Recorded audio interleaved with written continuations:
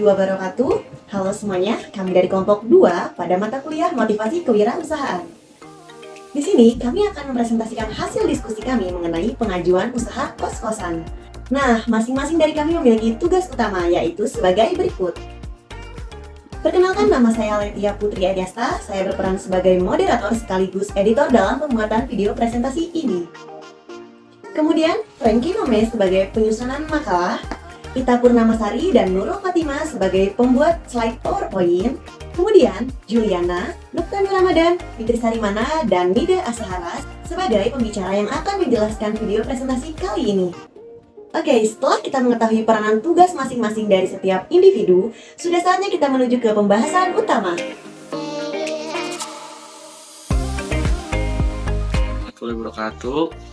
Saya Nuktani Ramadan akan menjelaskan slide tentang latar belakang bisnis yang sangat menjanjikan di kota besar seperti Jakarta. Banyaknya mahasiswa atau karyawan yang berdatangan dari luar kota Jakarta sehingga memilih menyewa rumah atau kos-kosan. Penghasilan tiap bulan yang terus mengalir. Nome Indikos memanfaatkan tanah kosong mempunyai letak yang strategis sehingga perkembangan dan pertumbuhan yang cukup tinggi.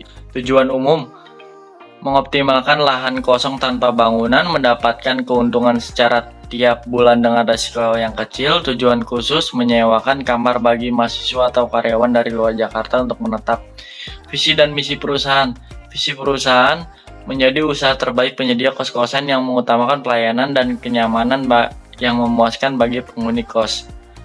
Misi perusahaan: menerapkan langkah-langkah promosi strategis yang mengenalkan perusahaan kepada penghuni atau konsumen, menyediakan tempat penghuni kos yang nyaman dan aman, memberikan pelayanan servis yang terbaik kepada penghuni kos, selalu berkomitmen untuk menjaga kepercayaan penghuni kos. Pemilikan dan pengurus usaha: Prakarsa berdasarkan latar belakang di atas, yang bernama Frankie Nome berencana akan membangun kos-kosan di lahan yang dia miliki.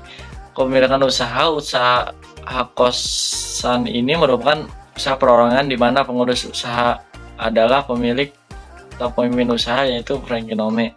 Penanggung jawabnya itu Letia Putri dan Juliana, dan mempunyai karyawan berjumlah 6 orang.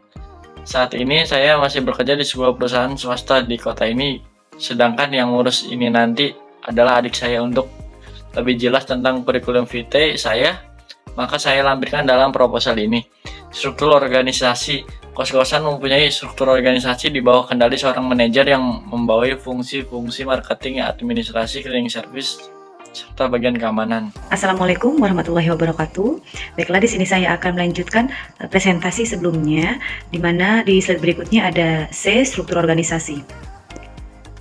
Sehubungan dengan usaha ini masih dalam tahap pengembangan serta proses pelaksanaan bisnis yang relatif sederhana, maka masih ada perangkatan jabatan dalam realisasinya sebagai berikut. Pertama, di mana ada bagian manajer, yaitu Frankie Nome. Kedua, ada bagian penanggung jawab pertama, yaitu Letia Putri Adiasta, dan bagian penanggung jawab kedua, yaitu Juliana. Dan ketiga, ada bagian administrasi dan marketing adalah Nurul Fatimah, dan yang keempat adalah bagian keuangan ada Nida Asahara, dan yang terakhir ada bagian keamanan, di mana ada Ita Purnamasari, Fitri Sarimana, Nuktani Ramadan, dan yang terakhir yaitu Dimas Yulianto. Dia modal usaha. Modal usaha dasar dan telah disetorkan sebesar Rp1.285.611.600.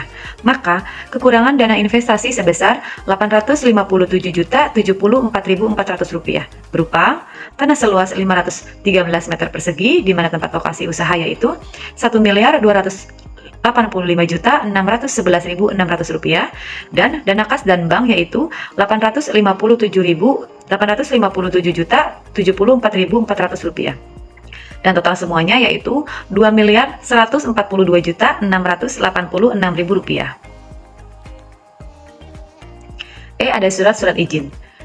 Surat-surat izin dan referensi yang telah dimiliki dan fotokopinya yang dilampirkan dalam proposal ini adalah: pertama, surat izin domisili; kedua, SHM atau sertifikat tanah hak milik; yang ketiga yaitu IMB, izin mendirikan bangunan; yang keempat ada surat kawin atau surat nikah; yang kelima ada KK atau kartu keluarga; dan yang terakhir ada kartu tanda penduduk atau EKTP.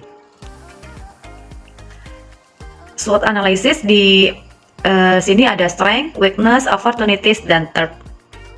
Analisa SWOT pada usaha kos-kosan ini yaitu strength, kekuatan, di mana ada lokasi rumah kos sangat strategis, kedua yaitu bangunan baru, ketiga yaitu fasilitas. Kamar beserta isinya yaitu kasur, lemari, meja, kursi, tempat tidur, kamar mandi di dalam, dan free wifi, kulkas, dan terdapat di setiap lantai. Air VDAM, ruang tamu, TV kabel, CCTV, dan keamanan area parkir dan rumah. Selanjutnya ada weakness atau kelemahan. Pertama, belum memiliki cukup pengalaman, kurang kontrol dari pemilik. Yang kedua, yaitu kapasitas listrik yang terbatas sehingga pemakaiannya harus sehemat mungkin. Yang ketiga, yaitu opportunities atau peluang. Banyaknya mahasiswa dan karyawan non-Jakarta, dan selanjutnya yaitu akses transportasi mudah ditemui, dan yang terakhir yaitu tempat yang strategis untuk membuka usaha atau rumah kos. Yang terakhir yaitu threat atau ancaman. Pertama, lemahnya pengawasan keamanan dari pemilik kos. Kedua, perawatan fasilitas kos kurang diperhatikan penghuninya. Yang ketiga, banyaknya rumah kos yang harganya lebih murah meskipun fasilitasnya kurang lengkap. Dan selanjutnya ada identifikasi peluang bisnis. Berbisnis rumah kos adalah peluang bisnis yang sangat menjanjikan. Banyaknya yang berasal dari luar daerah menjadikan usaha rumah kos ini semakin diminati. Jadi, dengan menekuni bisnis ini kita akan mendapatkan untung yang berlipat. Keuntungan berbisnis ini yaitu pertama, penghasilan yang terus mengalir di setiap bulannya atau per tahunnya. Kedua, sebagai usaha jangka panjang. Dan yang terakhir yaitu pemilik rumah kos dapat menikmati keuntungan dari terus naiknya nilai tanah. Baiklah, slide berikutnya akan dipresentasikan oleh teman saya. Selanjutnya yaitu lokasi dan teknis. 1. Lokasi usaha. Lokasi usaha ini sangatlah strategis karena berjarak kurang lebih 200 meter dari jalanan di pusat kota bisnis Jakarta. Yang kedua yaitu lokasi bangunan atau luas bangunannya. Luas tanah Nome Indekos ini 520 meter kubik dan bangunan terdiri dari 2 lantai. Dan luas bangunan adalah ruang tamu sebesar 4 meter kali 4 meter sama dengan 16 meter kubik, area parkir 33 meter kubik, dan lorongnya 20 meter kubik. Kos-kosan lantai 1 seluas 4,5 meter kali 5 meter kali 10 unit dengan besar 225 meter kubik.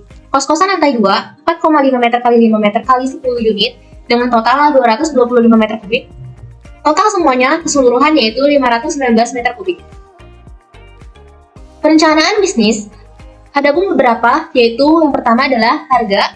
Penetapan harga sewa Nome Indekos menggunakan competition based pricing. Penetapan harga disarankan pada perbandingan harga, pesaing, dan kelengkapan fasilitas dengan rumah kos di sekitar Nome Indekos. Tentunya, kelengkapan fasilitas dan penunjang harga sewa rumah kos. Yang kedua yaitu distribusi.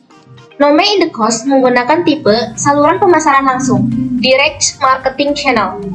Nome Indekos menjual langsung tanpa perantara kepada konsumen akhir, di mana konsumen datang langsung mengunjungi rumah kos untuk melakukan prosedur penyewaan kamar. Yang ketiga yaitu beberapa promosi yang dilakukan oleh Nome Indekos. Yang pertama yaitu ada iklan, promosi penjualan, pemasaran, online dan media sosial, penjualan mobile, dan penjualan personal. Selanjutnya yaitu proyeksi keuangan. Total biaya pembangunan kontrakan dan kos-kosan tersebut sebesar 2.122.686.000 dengan rincian sebagai berikut. Investasi tetap, pembelian tanah sebesar 934.200.000, biaya pembangunan 1.038.000.000, kelengkapan yaitu sebesar 142.686.000, biaya lain-lainnya yaitu 27.800.000, total semuanya yaitu 2.142.686.000. Adapun kalkulasi biaya pembangunan hotel ini adalah tanah 519 meter kubik kali 101.800 meter kubik sama dengan 934.200. Bangunan 519 meter kubik kali 2 juta per meter yaitu dengan total 1.038.000.000. Biaya kasur, lemari, kursi, dan lain-lain dengan total 20 unit dengan harga 142.686.000. Biaya lain-lain seperti perizinan, dan konsultan memakan biaya 27.800.000. Total semuanya yaitu 2.142.686.000. Adapun sumber dana investasi, kebutuhan dana dalam pembangunan usaha ini berasal dari dana sendiri dan dana pinjaman dari bank, yaitu modal sendiri, investasi tetap, 1.285.611.600 sebesar 60%, kredit bank, investasi tetap sebesar 857.074.400 sebesar 40%. Grand total 2.142.686.000 sebesar 100%. Asumsi proyeksi keuangan, biaya tetap per tahun, lahan kosong, dan biaya bangunan. Biaya pembangunan memakan 2 miliar. Fixed cost per tahunnya 136.586.000. Variable cost per bulannya 6.100.000. Biaya totalnya 2.142.686.000. Ya, Fitri Salimana akan melanjutkan presentasi dari slide sebelumnya. Di sini ada sumber dana investasi, yaitu yang berisi dengan asumsi proyeksi keuangan. Ada biaya dan harga per unit sebesar Rp2.142.686 dibagi dengan 15 tahun atau setara dengan 180 bulan dan hasilnya sebesar 11.903.812. Selanjutnya ada total biaya yang dikeluarkan per bulan sebesar 11.903.812 ditambah 6.100.000, yaitu hasilnya Rp18.3.812. Selanjutnya ada biaya per unit. Cara mencari biaya per unit ini yaitu biaya yang dikeluarkan per bulan dibagi dengan jumlah kamar. Biaya yang dikeluarkan per bulan sebesar 18.3.812 dibagi dengan jumlah kamar 20. Dan hasilnya 191. Lalu ada harga jual kamar per unit sebesar 1.500.000. Selanjutnya ada sumber dana investasi, yaitu modal awal. Modal awal terdiri dari total biaya tetap, ditambah biaya variabel, ditambah biaya bangunan. Biaya bangunannya itu sebesar 2 miliar. Fixed cost atau biaya tetap sebesar Rp135.586. Dan variabel cost-nya adalah Rp6.100.000. Jadi, totalnya sebesar Rp2.142.686. Selanjutnya ada analisis titik ampas atau BP. BP harga sama dengan total biaya selama 1 bulan ditambah jumlah kamar. Harga tiap kamarnya itu kan 1.500.000. Dan BEP produktifnya yaitu cara mencarinya total biaya produktif selama 1 bulan ditambah harga per unit. 18.3.812 dibagi dengan 1.500.000 sama dengan hasilnya 12, atau jadi untuk mencapai titik ampas maka dalam 1 bulan minimal dibutuhkan 12 kamar. Selanjutnya ada analisis keuntungan. Analisis keuntungan yaitu pendapatan dibagi kamar yang terisi dikali harga jual. Harga jualnya itu 1.500.000, kamar yang terisinya 20. Jadi pendapatan yang didapat 30 juta rupiah. Keuntungan. Cara mencari keuntungan yaitu pendapatan dikurang total biaya produksi. Pendapatan yang didapat sebesar 30 juta rupiah dikurang total produksi sebesar 18.3.812. Jadi, keuntungan yang diperoleh dengan terisinya kamar kos sebanyak 20 kamar dengan harga 1.500.000 per kamar dalam 1 bulan adalah 11.996.188 rupiah. Pengembalian modal. Total biaya investasi dibagi laba usaha. Total biaya investasinya itu 2.942.686 rupiah. Dan laba usahanya 11.996.188. Jadi hasilnya adalah 178,5 atau dibulatkan 179 bulan. Jadi modal akan kembali dalam jangka waktu 179 bulan dengan minimal 12 kamar yang terisi setiap bulannya.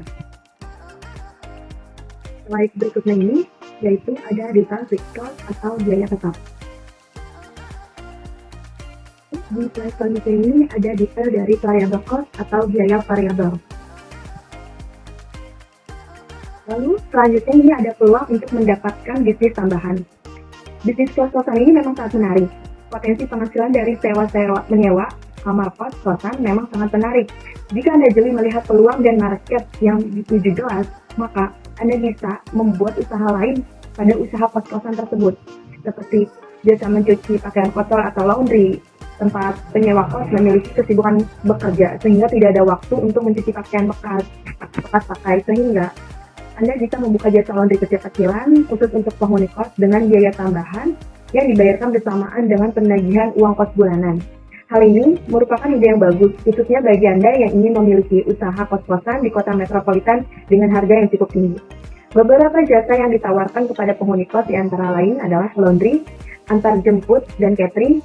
Selain itu, Anda juga bisa menawarkan barang-barang kebutuhan sehari-hari seperti pulsa, air mineral, dan mie instan.